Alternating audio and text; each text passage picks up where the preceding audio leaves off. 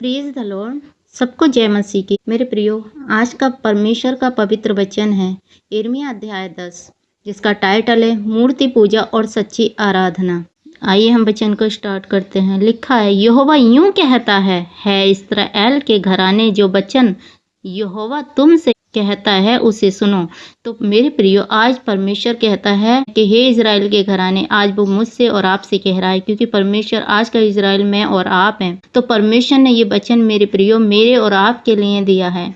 इस वचन के द्वारा परमेश्वर आपसे और मुझसे बातें कर रहा है। तो आज हम जानेंगे। हालेलुया। लिखा है, अन्य जातियों की चाल मत सीखो, ना उनके समान आकाश के नीचे से विस्मित हो, इसलिए कि अन्य जाति लोग उनसे विस्मित होते हैं। हालेलुया।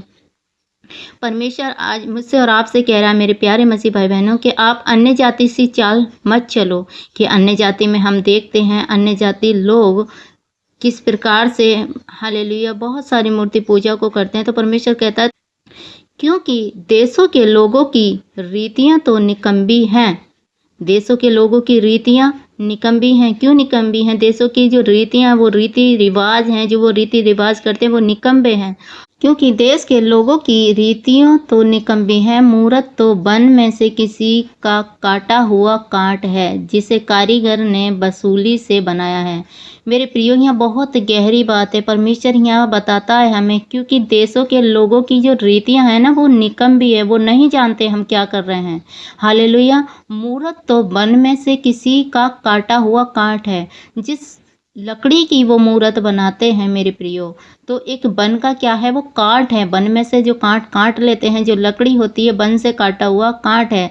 मूरत तो वन में से किसी का काटा हुआ काट है, जिससे कारीगरी ने वसूली से बनाया है। और वो काट को वसूली से काट कर, अपने औजारों से काट काट कर उसको आकार दे देकर बनाया है। हालेलुया। बहुत गहरा वचन है, आप इसे ध्यान से सुनना। जो मूरत होती है,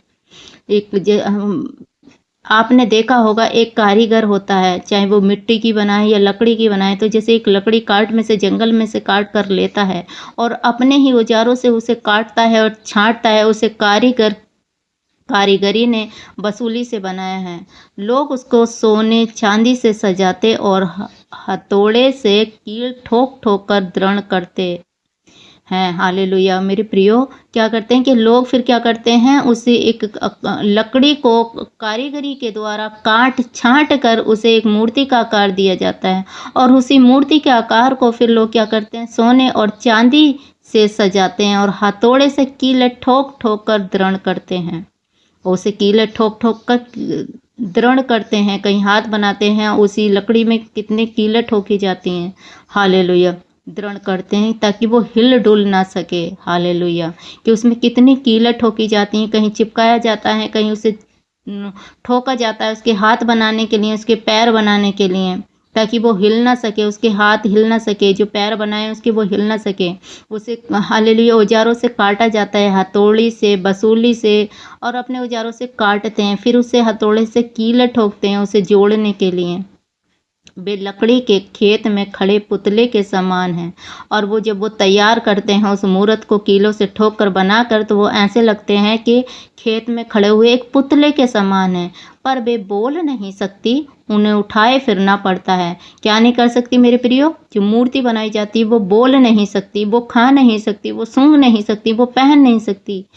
पर वो लोग उन्हें पर वे बोल नहीं सकती, उन्हें उठाए उठाए फिरना पड़ता है। और मूर्तों को क्या करता है, जहाँ भी कहीं लोग जाते हैं, उन्हें हाथ में या गोदी में उठाकर उठाना फिरता है, क्योंकि वे चल नहीं सकती। उनके पैर नहीं होते, वे चल नहीं सकती। उनसे मत डरो, क्योंकि वे ना तो कुछ बुरा कर सकती हैं और ना कुछ भला कर सकती हैं। और परमेश्वर का वचन कहता है कि उन मूर्तों से मत डरो, वो ना तो कुछ भला कर सकती हैं, ना कुछ बुरा कर सकती हैं। और आज हमने सीखा है, जो लोग मूर्तियाँ बनाते हैं और मूर्तियों की पूजा करते हैं, तो वे कारीगरी के द्वारा तैयार की गई होती है, जो बोल नहीं सकती, जो चल नहीं सकती।